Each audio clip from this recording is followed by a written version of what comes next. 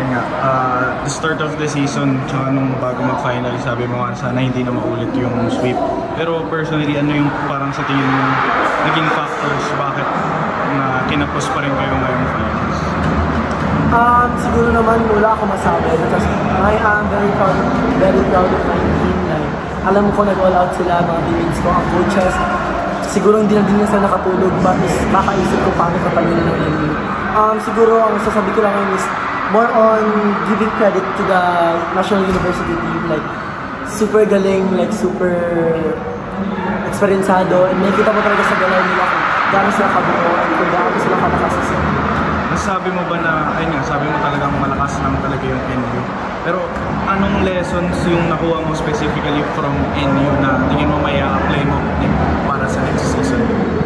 Siguro sa game ko ngayon, ang mga isa sa mga natutunan ko is that maging kalmado lang. I mean, kasi during our game kanina, parang inisip ko lang na I have to be calm, na para at least na maganda yung daloy na pag-isip ko and alam ko kung ano gagawin ko para makawin.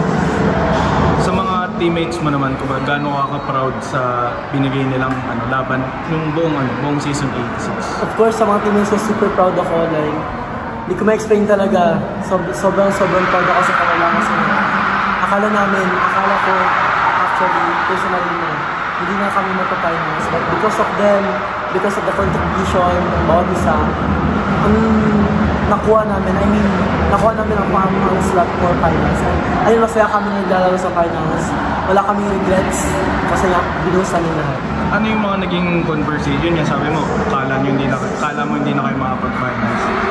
Kumusta yung feeling nun sa trainings nyo? Siyempre up and down yung simula nung naging elimination. Tama yun nga po, sa trainings namin actually sinimulan lahat na naisip namin naman chance pa natin. As long as kahit sobrang hit na chance pa din yun. So, sinimulan namin sa ensayo para mas naging positibo ka ang pananaw namin sa buhay, lalo na sinabi naman sa isa't isa na kailangan natin magsipag, kailangan natin magganyan kasi nasa bingit kami that time.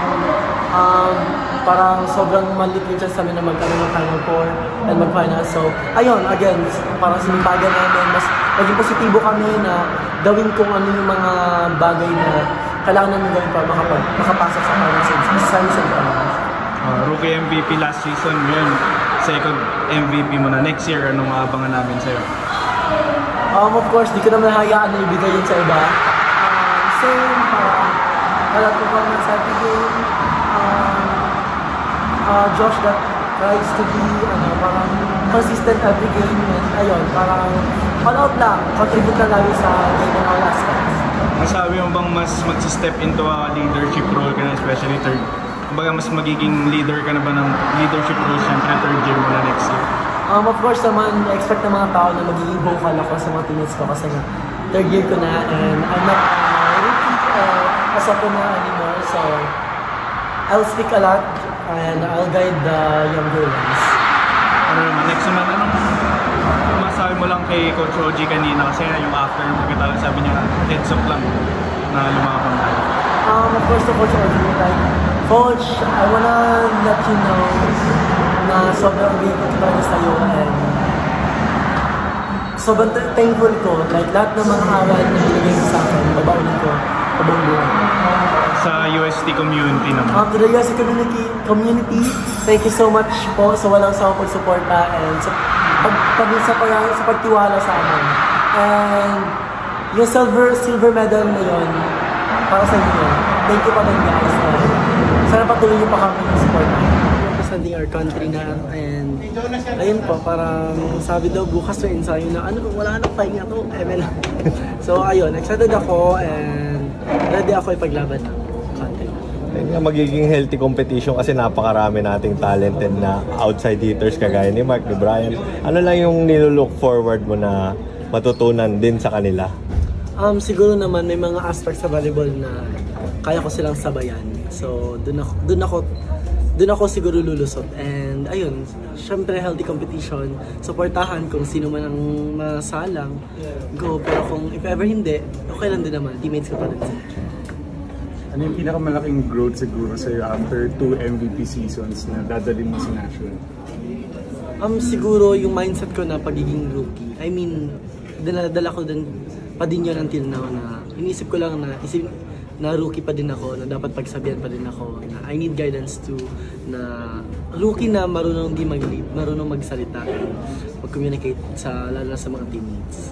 We're open for new learnings, for suggestions. Alam mo yung parang absorb lang ako ng absorb. And of course, ipipilter ko din naman yung mga absorb ko.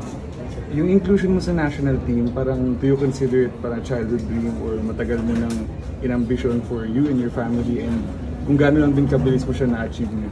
Of course, siguro every volleyball player, lahat naman siguro na, is dreaming about being part of the national team.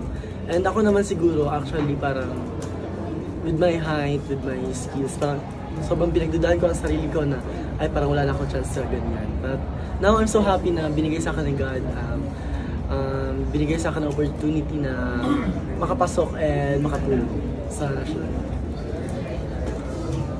Thank you, Joe.